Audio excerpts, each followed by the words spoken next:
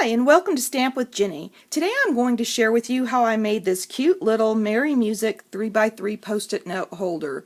They're fast and easy to do, and I think they'll make some wonderful gifts this holiday season. So let me set this aside and we'll get started.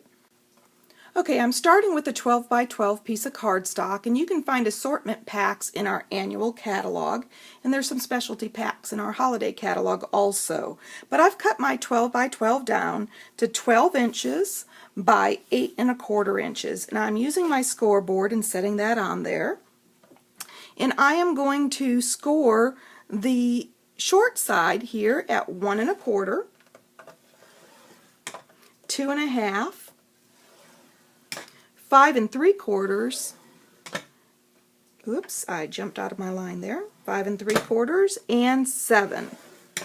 And then I'm going to turn my cardstock to the long way, and I'm going to score it 1 1/4, 2 1/2, 5 3/4, 7, and I'm going to add the score line for 9 inches on this longer side. And I'm ready to set my board aside. Okay, at this point you need your paper snip, and I am going to snip along this score line here on the first side. I'm going to create a tab here by cutting along this line, and I am going to cut along the score line all the way down to this smaller square here, or 2 score lines in, and then I'm going to cut this off following the other score line. I'm then going to cut this little square off on this side and go all the way down to where the score line meets here. And then I'm going to cut out the wedge of cardstock here, so I've got this little tab that'll fold in, and that'll allow it to fold in and work a little more smoothly. And I'm going to do the same thing on the other side.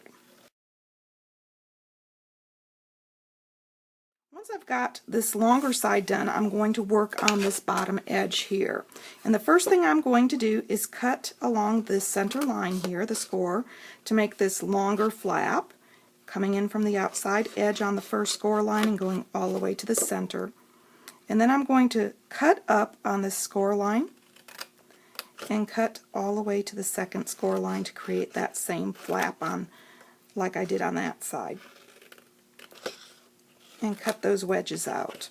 And I'm going to repeat on this side. Okay, at this point, if you didn't cut on the score lines perfectly, now is a great time to clean that up. You want that clean so that when you fold it, it will fold more easily. There we go. So let me get my bone folder and I'll show you how it's assembled. Okay, we're going to score on all of these lines using the bone folder, folding them nice and tight so that we've got crisp lines when we start assembling the box.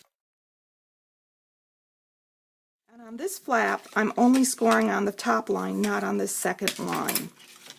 So I'm ready to start assembling. I'm going to add adhesive to these flaps, and I'm using my fast fuse. Once you get used to the flick of the wrist so that your adhesive is broken, the fast fuse is a wonderful product.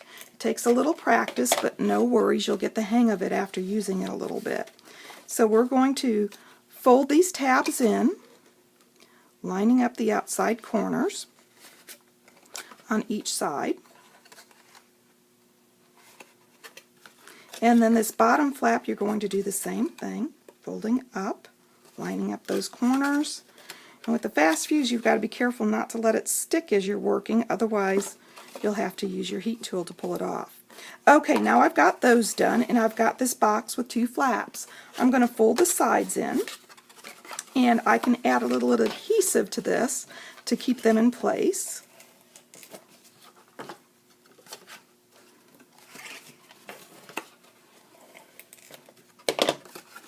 And fold those 2 sides in and pat them down, and you can use your bone folder too if you'd like to in order to get that burnished. Then the front flap, and now this back flap I'm going to add some fast fuse around this top square edge, and I'm simply going to fold that down and adhere.